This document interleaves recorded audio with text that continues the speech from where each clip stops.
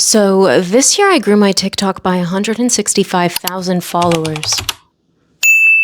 February of this year, I had 32,000 followers. I'm about to hit 200K. Here's advice from somebody who is doing this full time. And let me tell y'all about people giving algorithm advice on here, okay? You don't need algorithm advice as much as you need mindset advice.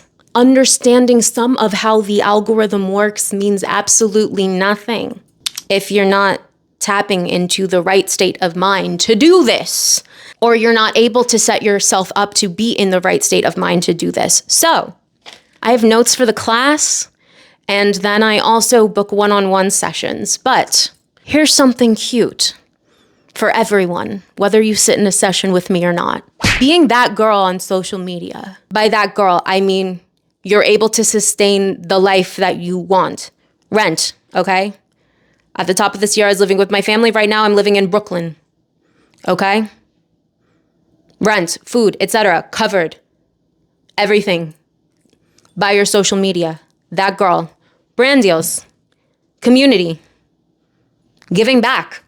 If you want to be that girl, you have to understand it takes years. It takes years from jump, okay? What do they say? It takes like 10 years to become an overnight success. If you pursue it, being that girl, it may be years for you to see the payout that is on par or even above the output and level of energy and labor you are putting towards what you do.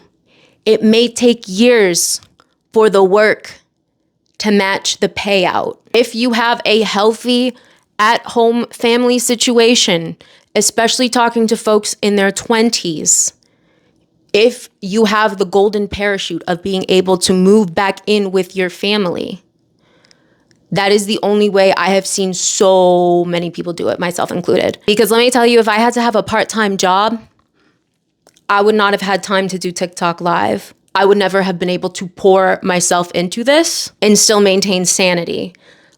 Some people are seemingly able to do that. 𝐉𝐨𝐿 woke up at 2 a.m. in the morning to do her own stunts for Wicked. Okay? Some people are able to do this, but the exception is not the rule. I recommend that as like the number one step.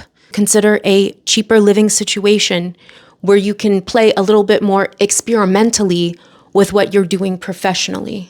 Is it fun to live with your parents when you're in your 20s? It can be.